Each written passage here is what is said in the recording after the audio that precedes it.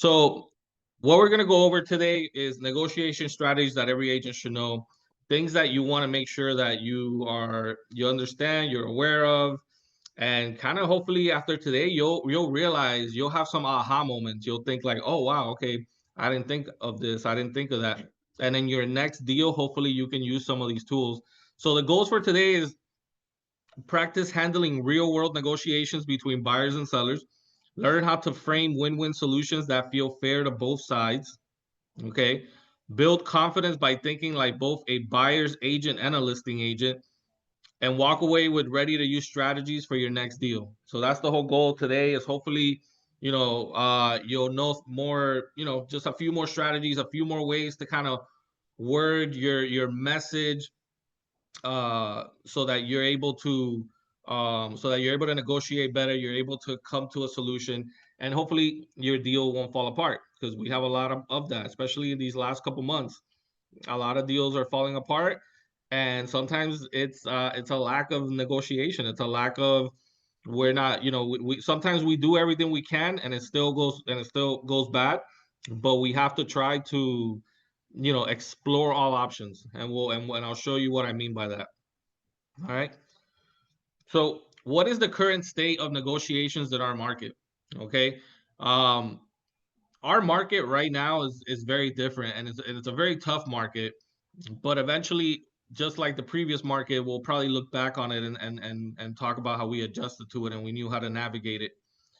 But essentially what it is right now is like there's a huge disconnect between buyers and sellers, essentially. Okay. Sellers still feel like it's 2021, 2022.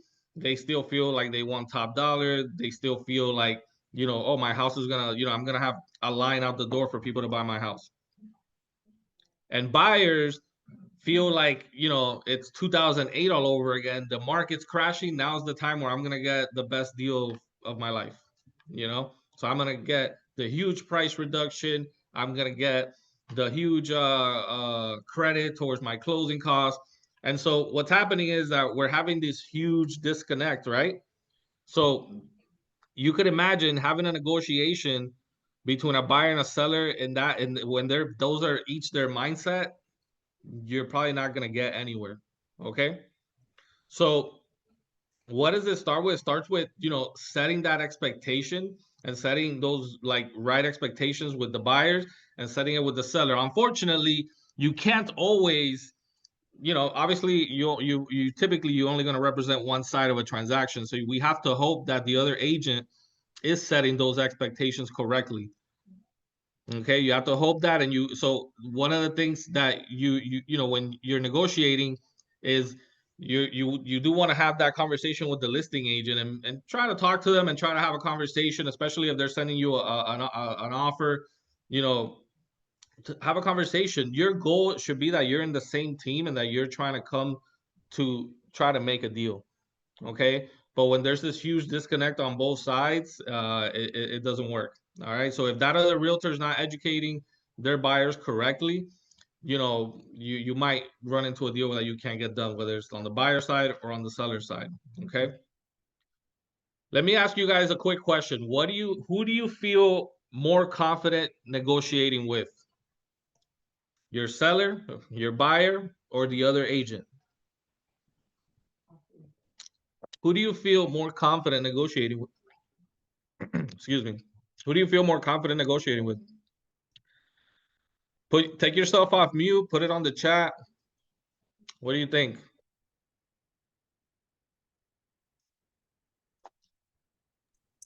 Or are some of you wondering like, wait, what do you mean by negotiating with my buyer or my seller? Like what are your thoughts? It all depends on the relationship and rapport you have with everyone. I mean, sellers sometimes are unrealistic, buyers as well. So, what's the kind of relationship you have with them that you can bring them down back to reality of what the situation is? So, sellers, price on the market. This is what the market is showing. Days on the market, price on the market. You got to be able to hit them with facts. Buyers, listen, at the end of the day, I'm going to try to negotiate as best as I can for you. But at the end of the day, these people don't have to give you shit. As is, you're buying a property as is. You just got to be able to, what is it? Under promise and over deliver. Yeah. Okay, I'll take that. It depends. It might depend. It might depend on that client. It might depend on how that person who you have the rapport with.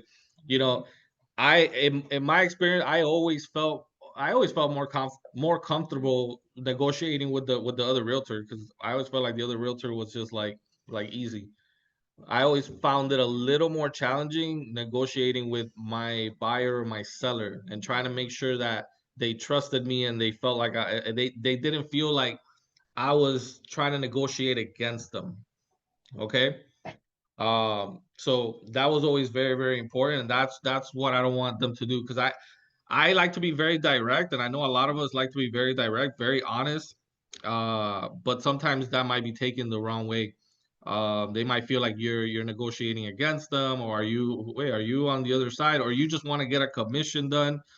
And and I would always tell them, like, listen, it's not about the commission. I don't care if we lose the deal or not. I want to get you to where you want to go.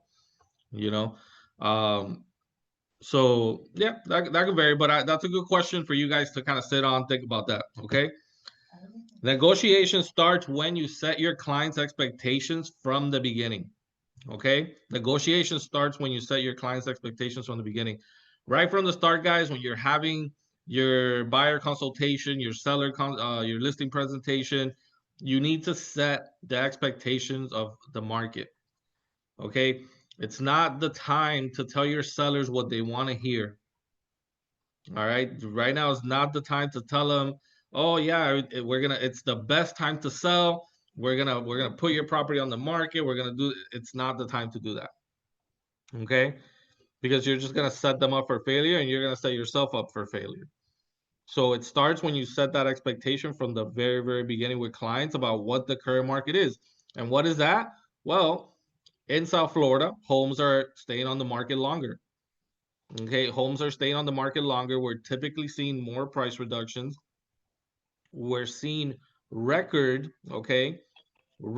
deals that have seller concessions, like the most apparently ever.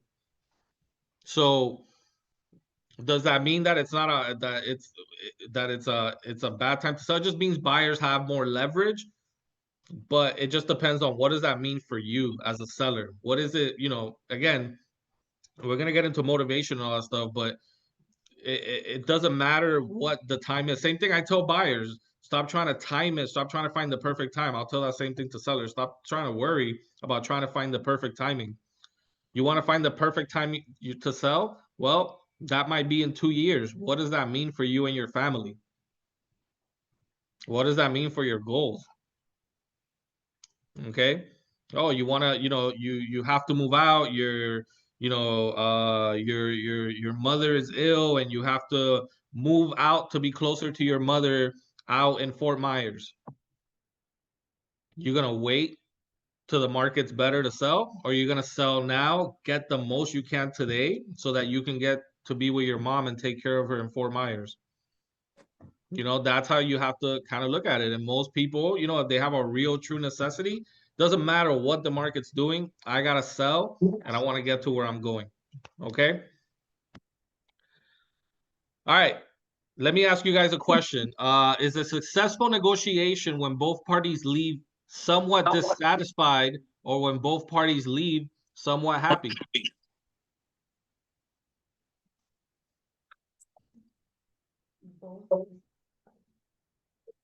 Dissatisfied, of course. Who said that? Oh, Adrian. Both. Am I helping you? Oh, I thought it was No, no, me. no. I heard you. I heard you. It's a successful negotiation when both parties leave somewhat dissatisfied, or when both parties leave somewhat happy. Both dissatisfied. Absolutely. So I always say, nobody leaves a negotiation happy. If both people leave happy, it usually means somebody is less smarter than the other party. Okay. I've seen it all the time where, if you ever watch these shows, like Million Dollar Listing New York, or the Selling Sunset or whatever, and the seller tells the listing agent, oh, I'm willing to go, just the lowest I'll go is 7 million. And then the realtor goes back to the buyer, says, hey, listen, my buyer's bottom dollar is 7.5. Buyer comes in, says, you know what? Let's go. We got a deal at 7.5. Yay. Everybody's happy. They look like they're shaking hands. Yeah, because they're about to make a huge commission. But at the end of the day, you know, they both might feel happy that they got the deal done, but really the seller ended up getting more of what they wanted. Okay.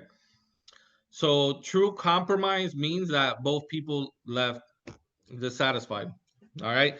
Seller feels like the seller should feel like they could have received more money, and buyer should feel like they could have gotten a seller down a little more on price. That's usually that usually is a sign of a good negotiation. Okay.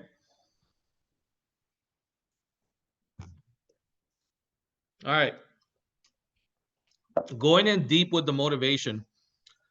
So, guys, this is very important, and it's never been probably more important right now with sellers in this market right now, that we're trying to move listings and they're sitting on the market longer. And this goes back to last week's training where I said go deeper with them. Okay, find out what does it mean for the seller if they don't sell. Really understand their motivation. Get to their why. Not just the surface answer, but the real reason. So remember how we talked last week about saying, tell me more about that. Okay, if X happened, what does that mean for Y? Okay, so Mr. Seller, what would happen if you don't sell? What's your plan if you don't get to move? What does that mean for you and your family? All right, so you have to try to go deeper with the motivation so that and why is it that we go deeper with the motivation with our clients? Sometimes we feel like it's because we want to use that as leverage to push them to do something that maybe they're uncomfortable with, but that's not true.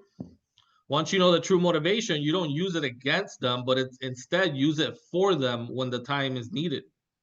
Okay, when that tough situation comes, when that, very common $5,000 difference that's stopping the deal from moving forward, because it just always seems like it's $5,000.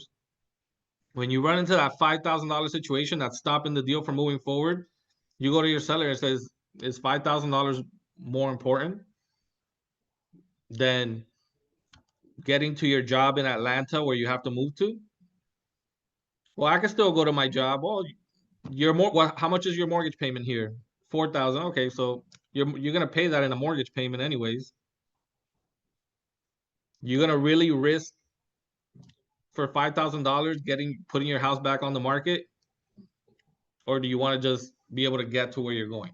Okay, so you don't use it against them. Remember, you just want to use it for them, to remind them, to make them see clearly. Remember, guys, that buying and selling real estate for these buyers and sellers is very emotional, and you're dealing with emotional people. You're dealing with people that are like, you know, you might be calm, cool, and collected, but your seller might be going through a lot of emotions. They might be, they might have a short temper. They might feel like, sometimes I let them sit with it for a second. Sometimes I just let them sit. I let them cool down. Okay, so it's very important that you explain it to them and you kind of put it to them in that way. And I'm going to show you a lot of examples of how to sort of put it in a way where they where you can kind of frame it in a way where they understand and it's very clear to them all the benefits.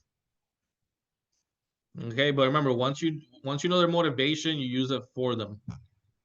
We only use the motivations against whoever's not our client. So if we represent the buyer and we know the seller's motivation, then yeah, we use that against them.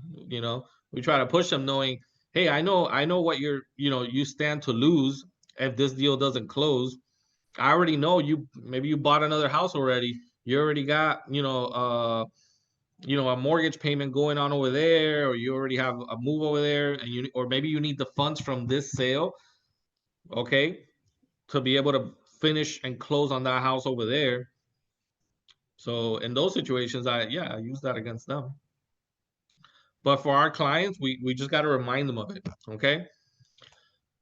So before we start getting into some examples and kind of the more interactive part of the training, I just want to get into this little part. Your job in the transaction is to be the unemotional party. So that's another thing, guys. Like, you guys also have to try to be very unemotional about the situation. Okay? You cannot call your client pissed off for them, okay? Like disappointed, like upset, like, hey, can you believe the buyer's asking for more money? Like you can't do that. Okay, especially if they're also emotional. Okay. And sometimes you'd be surprised, like you're emotional, you're disappointed, you come at your client like very upset, and they're cool and they're like, no, you know what? I think that's okay. We can do that. Because you never know. Maybe they just want to move on. Maybe they just want to be, sometimes, and I know I've seen this with a lot of you guys. You guys want to fight so much. You guys want to fight for your client more than they want to fight for themselves.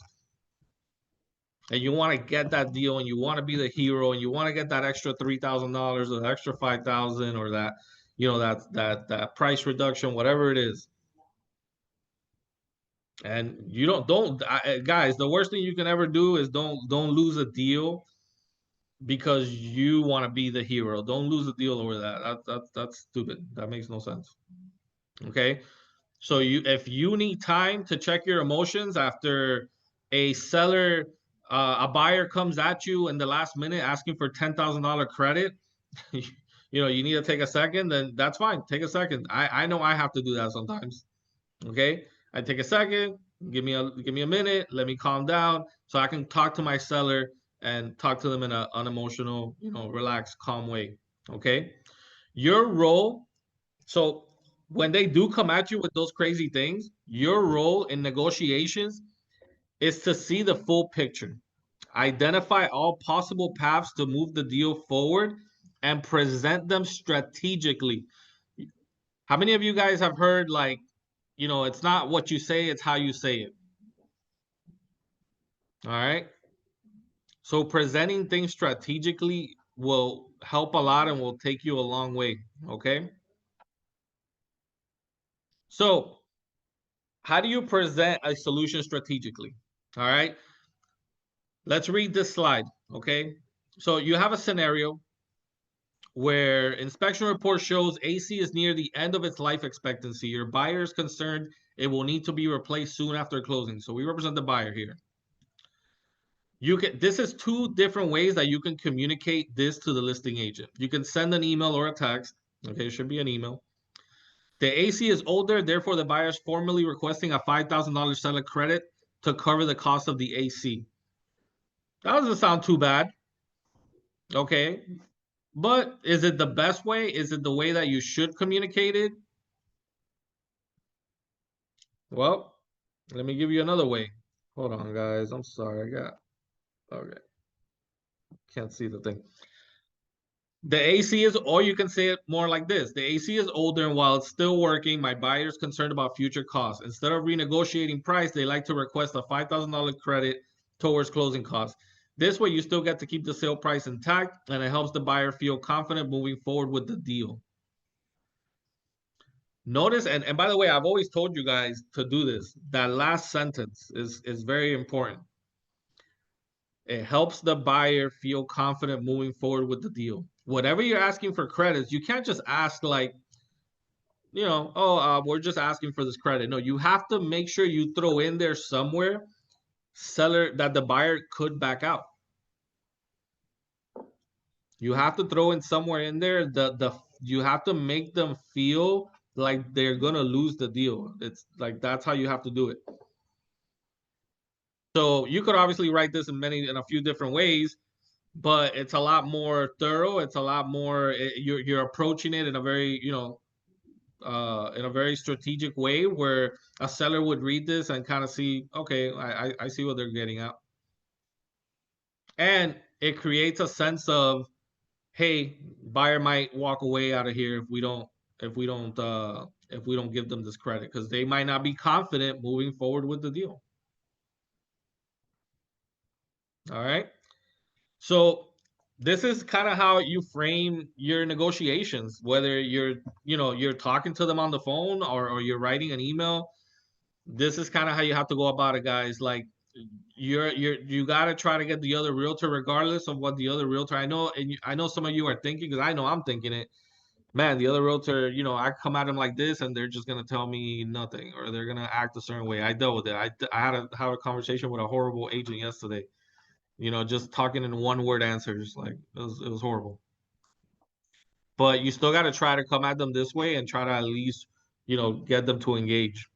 Okay. And I would ask them, I would say, hey, do you want to kill the deal, or do you want to come to a solution and make it happen? Like I would tell them straight up like that. Do you want to try to come up with a solution to our problem, or do you want to kill the deal? What do you want? Because if you want to kill the deal, okay, that's cool. I'm trying to save it. Like talk to them like that. Don't be afraid to talk to these listing agents like that. Just or if you're on the buyer side, talk to them like that. All right. All right, let me give you guys let's shift to another scenario. Oh, not sure why it's not clicking. All right, so how do you present a solution strategically in this scenario? House is under contract at 550,000. The appraisal comes in at 540. So $10,000 less. Seller will not drop price, and buyer says they don't have the cash to pay the difference. So you got a $10,000 gap. Seller's not budging. Buyer doesn't have the money. Well, here's two ways that you can communicate. Here's the way that you can communicate that. Okay. You can say, unfortunately, the appraisal did not meet the contract price, and my seller won't lower price. If buyer can't come up with the $10,000 difference, please send release and cancellation so we can move on. So imagine the buyer's agent sent you an email saying, hey, this is the appraisal price. Buyer doesn't have the funds. How are we responding to that? So that first one is very common. I've seen people write similar things just like that. Or you could have a more solution-oriented response. Okay, so the second response is the appraisal came in at 540, which is 10K short. The good news is there's more than one way to bridge this gap. Here are some options we can explore. We can meet halfway, so seller drops $5,000, buyer comes up $5,000. Yeah, I know the seller's not budging, but we haven't presented that, what if the buyer can come up at least 5? They're not budging on the 10. We can remove the cost of any previously agreed repairs or credits to cover the difference. So if you had agreed to some repairs or some credits already, we can, redirect that back to the seller. Buyer can reduce down payment amount to allocate that money towards the difference. Okay, so if the buyer's putting, let's just say they were putting 10%, 5%, can they put 3% and take that money from the 2% extra to make up for the difference? There's options. There's options. Where can we get some money from? At the end, the last thing at the final resort is you start figuring out if maybe you can get a lender contribution, maybe the realtors can contribute some commission, maybe the title agent can do something. You get to those points at the end, but there's a lot of possible options in this scenario when they're not budging that you can try to go to fix the solution. There's more here that we're not even getting into, but those are the most common ones typically you try to do. So I hope this is making sense and you guys are seeing like how you want to communicate your negotiations, and then you leave it up. At the end, it says which one of these options makes the most sense for your client. Again, you're being solutions oriented. You're trying to negotiate and get to a deal. Okay. Is the buyer going to be happy that they had to come up with those extra 5? Probably not. The seller's not going to be happy that they got to drop drop 5,000 either. So at the end, you walked away in a way that like I said, what do we say? Nobody leaves the negotiation happy. That's what true compromise is. All right. So third example. Okay. And then after this, we're going to shift to something a little different. So how do you present a solution strategically in this scenario? So the scenario is your listing is listed for 600,000. You receive an offer for 550,000. Seller is upset and doesn't want to even bother to respond. So how do you respond to the buyer's agent? Well, you can do the one above, which we know is the poor one. It says, unfortunately, your offer is too low. The seller will not respond to such a low offer. Bring me a more serious offer and we can have a conversation. I've had that all the time. I get that, we've seen that all the time. That's pretty standard response to that type of thing. Or you could try to go with a solution, something, an answer that moves the deal forward, hopefully, and gets you to a solution. Thank you for submitting your offer. While 550,000 isn't a number my seller can accept right now, they do appreciate your buyer's interest. Based on the upgrade to the home and the comparable sales in the neighborhood, they'd be willing to respond with an offer closer to the asking price. Would you mind speaking to your client and seeing if they like to revise their offer? There you go. You're letting them know my seller would be willing to respond to an offer closer to the asking price. You can give them an exact number. You can if push the deal, give them a number. Hey, if you want my seller to engage, I need you to come in at least 575. You could write it just like this and then change that part to 575. So you're letting them know, hey, you need to be closer to this number. If we're trying to, hey, buyer's agent, I'm seller's agent. We're a team. Let's try to make this. I'll get my seller to come to the table. You get your buyer to come up. But at this point, 550 is just way too low. And not just because I feel it's too low, based on these comparables and the way the home is upgraded. Okay. So we just need you to come up with a closer. And then at the end, you put it on the agent. Would you mind speaking with your client and seeing if they like to revise their offer?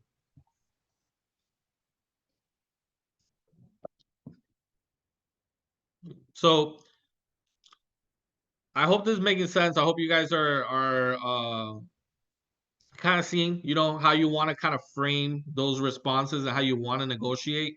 Um, always feel like you want to be solutions oriented. I know sometimes it's hard when things get emotional. When you're in a situation where you get frustrated, I get frustrated too sometimes when I get a low ball offer and I know that I know I'm not getting the deal. I know this is not happening. You get excited. That's the problem. You you get excited about an offer coming in and you get disappointed. That's the problem. So the way I like to resolve that is I don't get excited about offers coming in.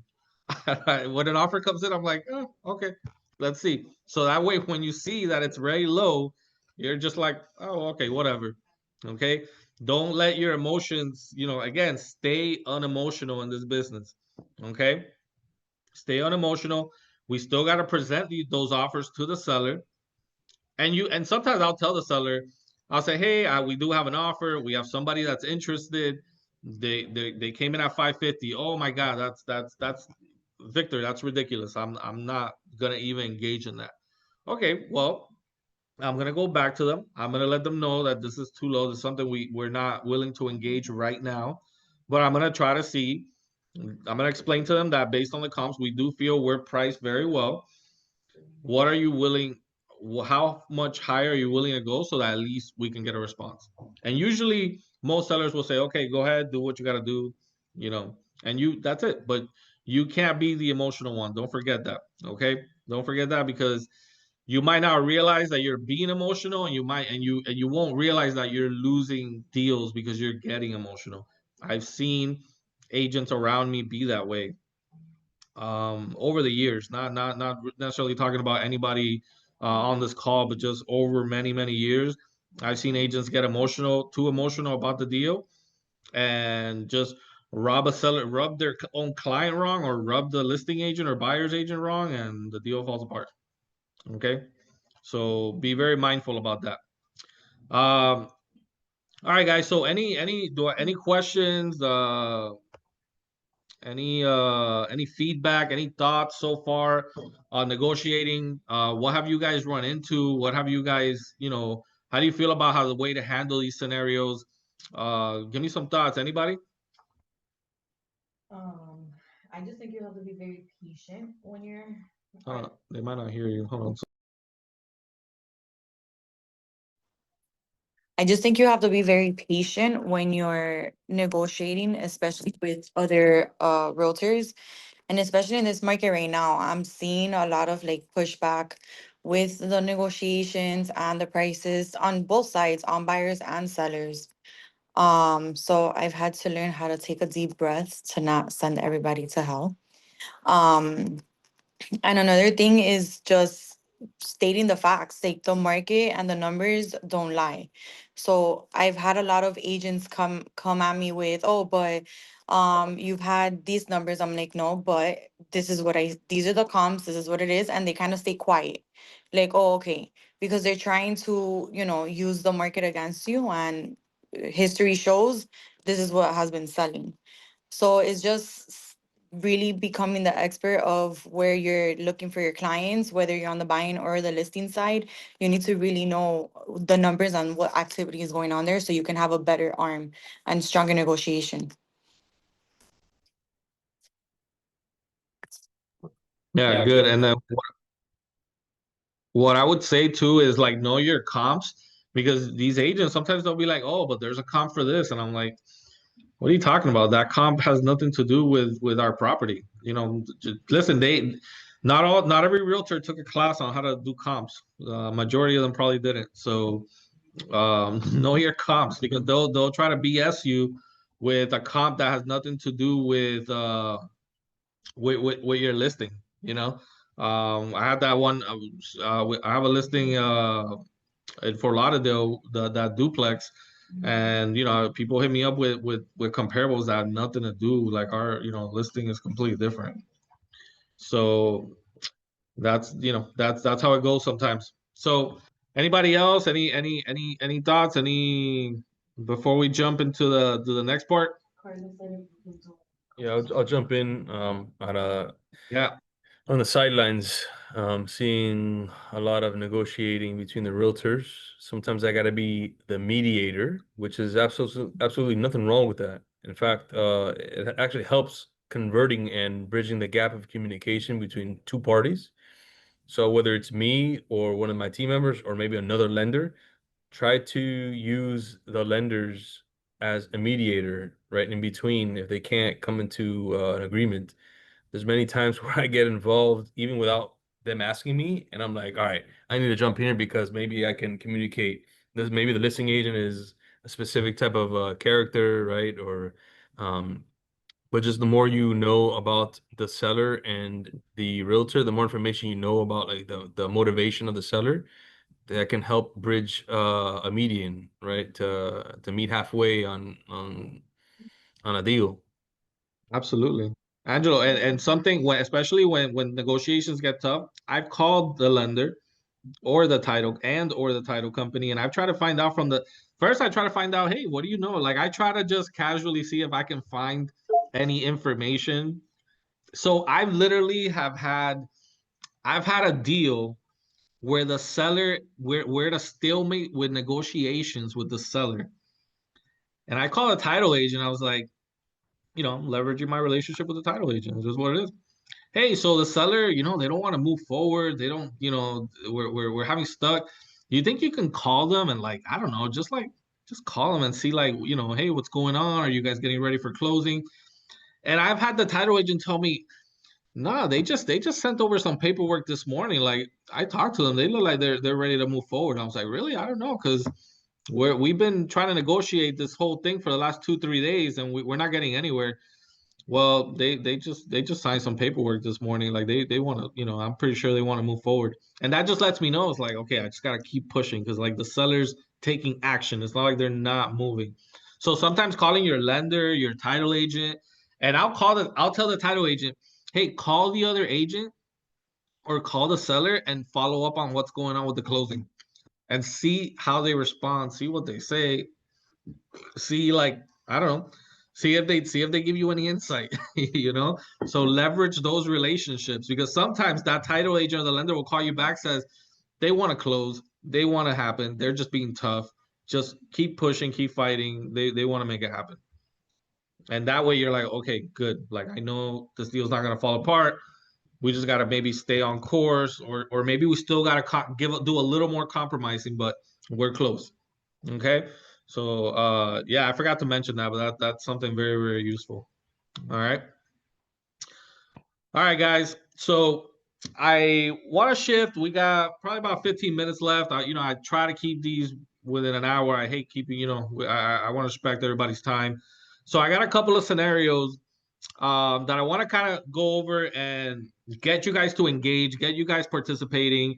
So if you're on the call, please, like, if you're able to speak, if you're able to communicate, talk on it. Let me know what your thoughts are. Feel free to tackle. So I'm going to give you guys some negotiation problems, and then you guys tell me like how you can handle it, what you would do, and that way we can all come together. We can all kind of learn collectively. So this is the part where I want to get you guys thinking. So I'm gonna start with a probably fairly easy one. I'm gonna start you guys off a little easy. Let me share my screen real quick. Let me bring this back. All right, guys. So we're gonna go over a few scenarios. Let's see how much time we got. All right. So scenario number one. Okay. Buyer offers below asking price. The situation is your buyer insists in submitting an offer below asking price. You're up against multiple offers in a competitive scenario. How can you gain leverage over other offers? All right. So your buyer insists in submitting an offer below asking price. You know you're up against multiple offers. We don't know what those other offers are, but they could be possibly at the asking and we're below. But that's what your buyer wants to do. How can you gain leverage over the other offers? Anybody want to give this a shot?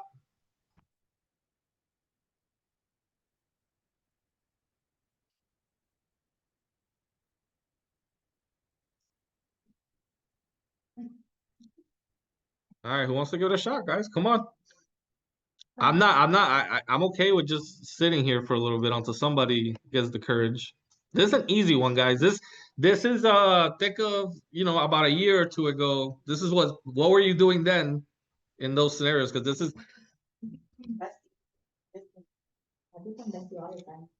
but how do you gain leverage over other offers? So I talk about. Hold on, because I don't.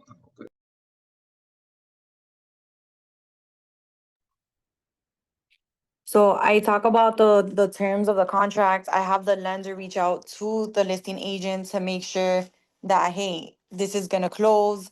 And then I try to see if we can get a little bit closer on the purchase price with my buyers. So it's like a combination of things that I try to do to get in there. And when it was 2021, 2022, when it was like that peak, I was a very strong buyer's agent, and that's how it works.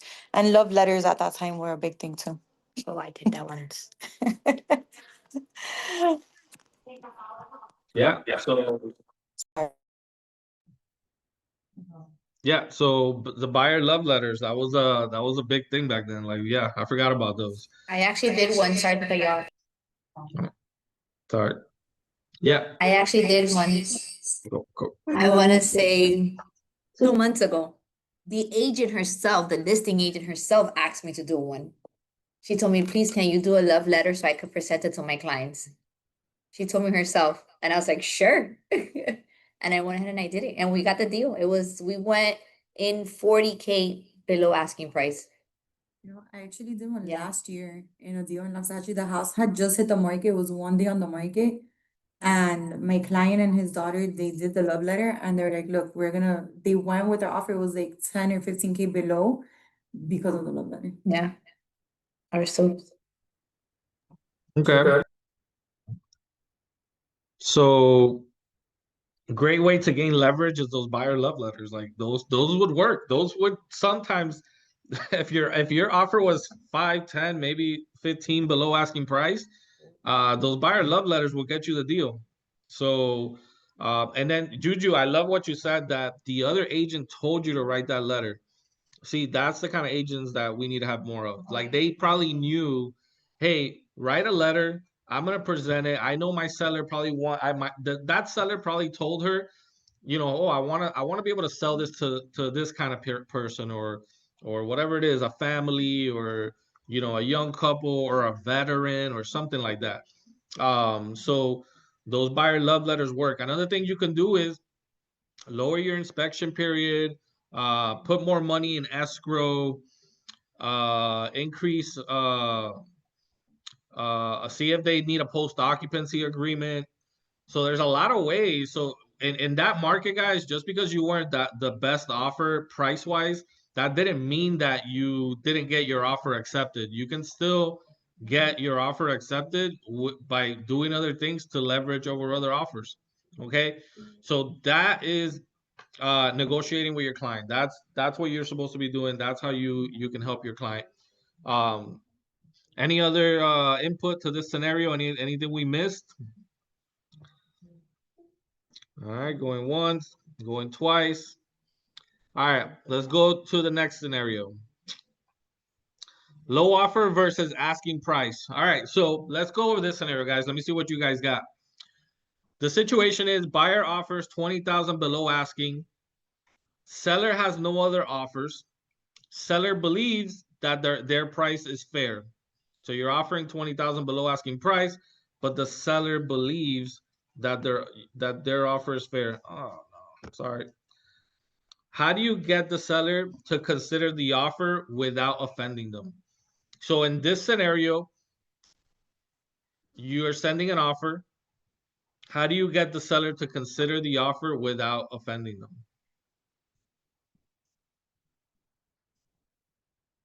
What would you do in this situation? The seller has told you, hey, I really feel our pricing is fair. I think that this is the fair market value for our home. You don't have any other offers. Okay, that's another good point. How do you get the seller to consider the offer without offending them? What do you think?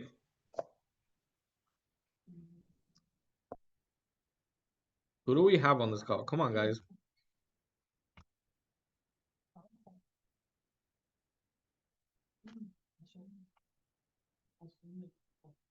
Who do we have here? Who do we have here? What about you, Gladys? Are you on the call? Well, I know you're on the call, but are you paying attention? I know Gladys is I always paying. am paying attention. Wait, All right, so is it me showing the offer to the seller? Like correct. I'm getting the offer from the buyer and I have to present it to my seller, correct? Yep, and they're very firm and they feel that their price is very fair. You have no other offers, and they're offering 20,000. That which is probably Well, not the worst. It's probably this scenario. I tried to made it like it was 30, 40 to make it a little more, but that's okay. But still, how do you get the seller to consider without offending them? well, usually I use how I look at it, and then this is how I usually talk to my sellers, and it has worked for me specifically. I Okay. always let them know, hey, look, I understand that it's 20K less. We have the property on the market for X amount of days. Um, this is the first offer we get. I don't think we will lose anything by accepting it to see how it goes. And you'll probably, yes, it's 20K less, but to be honest, this is what I say. To be honest, it's 20K that you don't have in your pocket right now. You wouldn't lose your proceeds for 20Ks that you don't have right now. So I prefer to just, if you were supposed to get, example, 80K off of the proceeds, and then you're gonna get 60, you don't have those 80Ks in your pocket right now. So at least, what are you gonna lose? 60K over 20? So I make it look like that for them to think about it because I'm a numbers person, and then from there, they're like, okay, fine, let's try it out, and then that's how it has worked for me specifically. Yeah, I like that. I like that. And then you could also consider like their holding costs. Like what is it costing them to continue to hold on to the property? Exactly. And I Yeah. like how you mentioned X days on market. How many like we didn't throw that in this scenario. We didn't mention a specific, but what if you have been on the market 30, 40, 60 days. And you have no, and this is the first offer we've gotten. Yeah. So I like that. I like that. It's like, what is the cost of continuing to sort of hold on, to the property? And and you could always counter. We can still counter. I wouldn't, if in this scenario, I would try to get them to counter, but the point would be to try to get them off that, because they might be very resistant to lowering price at all because they already feel they're fairly priced. Um, so that's a good way. I appreciate that, Gladys. Thank you. No problem. All right, let's jump into another scenario. All right, let's do this one. Come on, this is a fun one. You guys gotta give me something on this one. All right, repair request after inspection. Situation is inspection shows the AC is near the end of life. Buyer requests $5,000 credit. Seller says it still works. How do you negotiate a fair outcome? Because this happens all the time. Why am I going to give you a $5,000 credit for a new AC when this one still works fine? All right, who wants to hit this one? Priscilla, you wanna take a stab at this one? I feel like this is I was like your literally gonna expertise. say Priscilla's like perfect for this. Yeah. Literally, I was gonna say that. Mm, nothing. I just, I throw that the insurance is, I use the insurance excuse. I tell them like, look, this is something that they're gonna have to fix immediately. It's working right now, but it hasn't been maintenance right. So if not, like I'll tell them like, okay, my clients needs to get something. So what is your client? If it's not the whole amount, what is it? Are we gonna go halfway? Like, how are we going to move forward with this? Because this is our problem. And most of the time, the listing agent makes it happen. So I just stick my guns to it and I tell them like, this is not gonna work. The insurance is giving me a hard time. They're saying that it's gotta change. There's a leak, whatever the case may be. And I show them the inspection report with my client's permission and I tell them like, hey, it's not just because they want the 5,000, it's just they need to change this once we close. So it's an immediate expense that they were not expecting. And normally they end up giving the credit. Yeah, you've been very successful at getting a lot of credits over the years. So basically, you just pretty much you push, you explain about insurance, you let them know like, hey, like we can't even get insurance. That's another great way with some of these repairs, like AC repairs, plumbing, roof. Like sometimes you can't get insurance, so it's like you can't get this to happen. Another thing I throw in there sometimes, like when I still feel like I'm not getting through, I like to throw in there. And by the way, I use this as a buyer's agent and I use it as a listing agent to my seller. I'll say we're gonna probably have the same if we don't agree to something and we have to cancel and go back on the market, we're probably gonna have the same problem with the next buyer. It's very hard to get a buyer to buy a house that needs a AC, needs a roof. That's not it's not very common. And if it's an insurance issue, we're definitely probably gonna have a buyer, the next buyer, have that same issue. Okay. Now, is there a way to get insurance and stuff like that? Yeah, but it's usually way more expensive and it's very unreasonable to expect a buyer to do that. Most buyers are gonna say, no, I'm not gonna pay that super extra expensive insurance, because this guy doesn't want to help me with the roof or the AC or the plumbing, whatever it is. Okay. So, all right, we got a few, we got time for one more. All right. All right. Scenario 4, closing cost help. The situation is buyer needs 8,000 in closing cost help. The deal is 2 weeks away from closing and the seller's resisting. So how many times has this happened, guys? You're in the middle of your deal. You're all of a sudden you're the listing agent. All of a sudden you get a call from the buyer. Hey, we miscalculated some numbers, and all of a sudden the buyer needs $8,000 more to close. how do you make this work without the seller feeling like they're losing? How do you make this work without the seller feeling like they're losing? Angelo, are you on? You want to take this one on, Angelo? Because I feel like this has to do with you, Angelo, because a lot of times when the buyer needs another $8,000, it's because something happened on the lending end, or maybe they thought they were going to get some money, and it's coming from the lender usually that they're $8,000 short and they're 2 weeks away from closing. Seller resists. How do you make it work without the seller feeling like they're losing, Angelo? What do you So the think? buy, so we're already under contract. We're like in the middle of the deal. The buyer needs $8,000 for whatever reason, right? Like let's Have you ever seen this? yeah, like somebody's gonna get money from a certain family member and then they're not. Or like the money that they're expecting to receive from a like a stock or whatever, you know. And if they're $8,000 away, how do you make this work without the seller feeling like they're losing? Yeah. I mean, well, first of Like all, how do you try to get that $8,000? Like how do you start? how do I start? I'd probably talk to what you said earlier, maybe talk to the title company to see how much they actually owe, right? Because if they're very thin, it's gonna be very hard. Because then they're like, if the set after they pay off all their liens on that sell, and they have barely any money, it's gonna be tough. But if like you talk to the title company and you find out, or the realtor's like, hey, they own this property free and clear, and it's for 300,000, 400,000. Like, listen, how like is 8 grand gonna break the bank? Like, how can we find a median?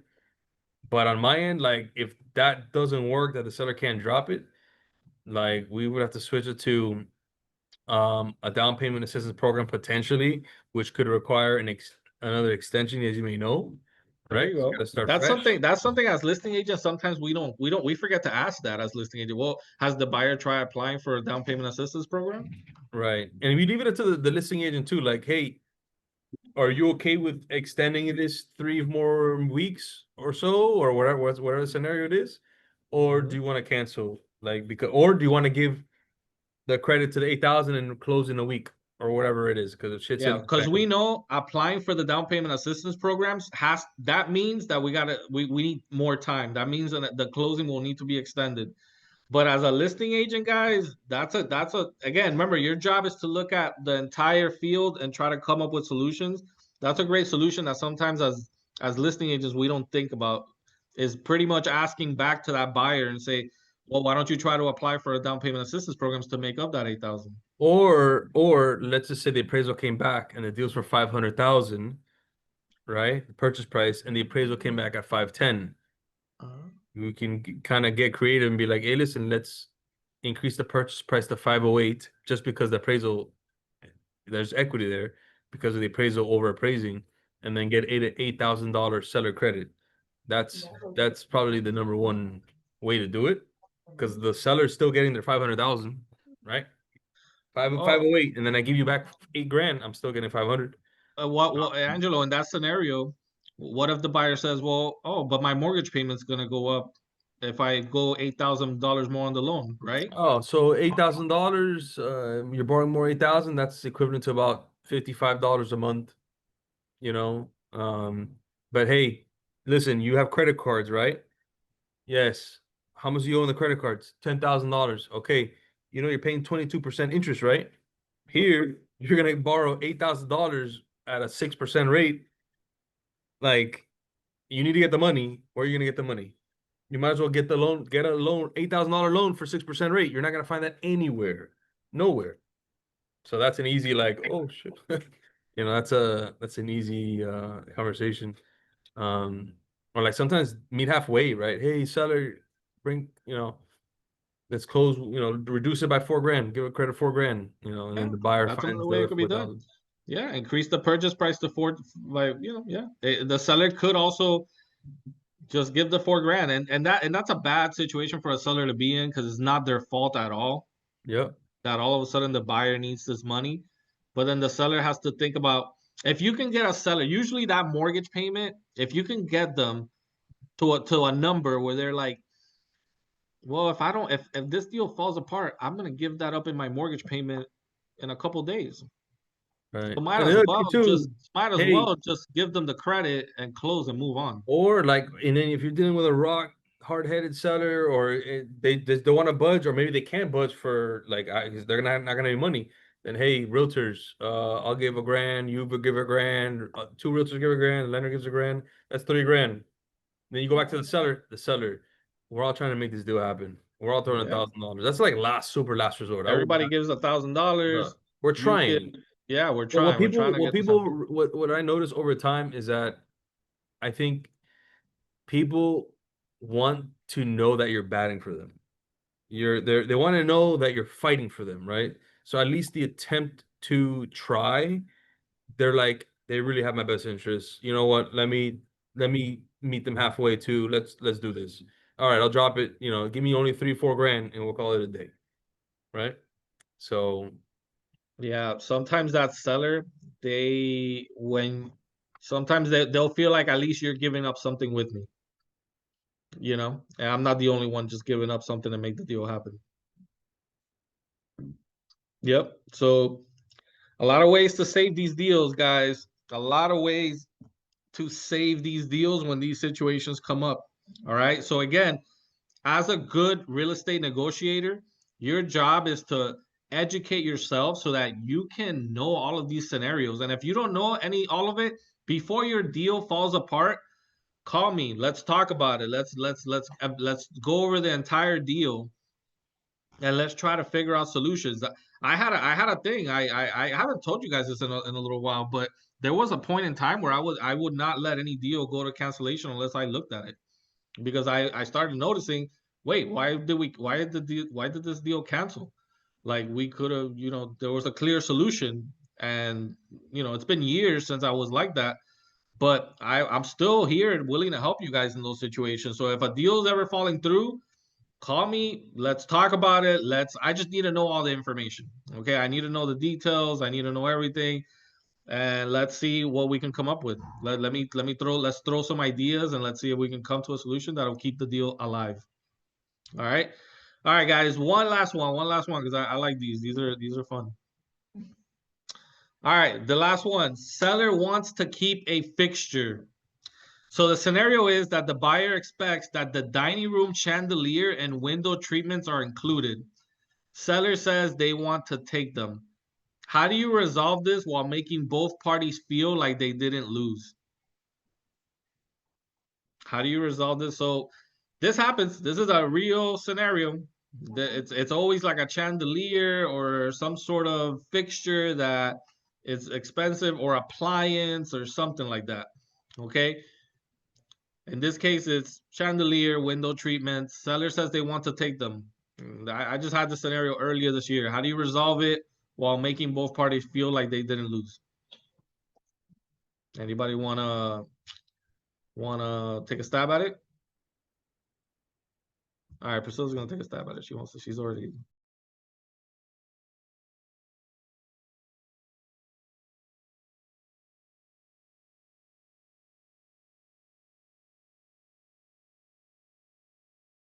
Oh. Okay, No, it just depends on what's on the contract. Was it already stipulated from the beginning, or was it excluded from the contract? So I normally just go back to the contract and see. And then on the contract, it clearly states that fixtures and things are part of the sale, because you're not supposed to rip anything off of the wall. So I use that. I just go back to the contract. The contract is there, it protects both parties, and it clearly states everything. So that's how I've handled those situations before. Okay. So usually, that's a good point. Just going back to the contract and what does it state? Because these are things that should have been set up front. Sometimes it gets forgotten and it doesn't get mentioned. And it's a tough situation, but there are scenarios where these items are of sentimental value to the seller, and they'll tell you like, no, I am absolutely not leaving that, or you could just see they get emotional about it. So it's not always because of money, sometimes it's because of that. So another way that you could also try to resolve it is to replace the item. Okay, seller replace the item for something that's acceptable to the buyer. Okay, so I've been in the scenarios where I go to the I've been on the seller side, the owner side, and I say, hey, what can we replace these with? The seller will pay for them. What can we replace these with that you'll be happy with? As long as it's reasonable, as long as it's nothing out of this world, or very, very expensive, we can negotiate something like that. Okay. Um, sometimes because and if it's a mistake on our end as a real estate agent, sometimes we probably want to maybe eat the cost of that. Like if your seller told you during the if they tell you, but Victor, I told you that I was taking those with me, and you forgot as an agent to put it on the MLS and on the contract especially, then yeah, sometimes you might have to eat the cost of that, or at least maybe split it. Try to see if the buyer. I would try to see if the buyer will pay for half. You know, what is it that you want? We'll put the one you want. Send me the link. Send me the Amazon link or a Home Depot or wherever you want to get it, and we can maybe split the window treatments and the chandelier. Okay. So I hope you guys got some good stuff out of this training, guys. A little bit over an hour now. Negotiating is very important. I hope what you understood today is that like everything's negotiable, but there are so many things that sometimes we don't know about. There are so many things that we like. I understand as a newer agent, or even if you've been just about you're only a couple of transactions into the business, you might not realize like what can I negotiate? What's possible out there? Talk to me, talk to more experienced agents, talk to your lender, your title agent. They trust me, your lender. I sometimes I'll go to Angelo and I'll ask him, have you seen this scenario before? How have you seen it been resolved before? Because he's a lender too. He's got a bunch of other transactions. I'm just a small part of his business. There's a ton of other deals that he's done. So sometimes I'll ask him, how have you seen this been resolved? Because maybe there's something I don't know, I'm not seeing. Okay. So that's okay. But our job is to get educated, know the different ways that we can save the deal. Where can we get money from? Well, we can get money from the realtors can contribute, the seller can contribute, the lender can contribute, the title agent. We can increase the price and ask for a credit back. We can play around with a lot of things to try to get to a solution. Okay. So be solutions oriented. Don't just be short and try to kill the deal. Your first instinct isn't to kill the deal. Your first instinct should be not that my deal's gonna fall apart. Your first instinct should be, how do I solve it? How do I move this forward? Like that's gotta be the way you do it. Okay, this is a challenge. How do we bridge the gap? How do we move it forward? All right. When you always think like that, you'll come to solutions and you'll work out your deals. So that's the biggest thing with negotiations is you want to get the best deal for your client, but you also want to make sure you know how to negotiate so that your deals don't fall apart. I hope you guys got a lot from this. If anybody else wants to share or give any takeaways or any thoughts, feel free to jump on now. All right, guys. So I'm gonna be leaving, guys. I appreciate your time. I appreciate you coming. Thank you for showing up. Thank you for showing up for not the training, but showing up for yourself. Caring about your education. Even if you walked away, even if you're like, oh, I know a lot of this stuff. If you walked away with 1, 2 pieces of information that'll make you a little better that you can use on your next deal. If you heard a few things that are like, oh, okay, I didn't think about that, or I wasn't aware that I could do that, then it's a successful hour. Okay. Because every day, guys, we're just trying to improve. We're trying to get better. And this is how you're going to grow in this business and grow as a person individually. It's just everyday repetition, training, learning, reading, and getting better every single day. So thank you guys for showing up for yourself. We'll be in touch. I'll see you guys next week. We'll probably do again 2 trainings, probably not back to back. We'll probably do Tuesday, Thursday, or Wednesday, Friday. But we'll have some good stuff and just things to get more business and generate and get more clients. All right. Thank you guys.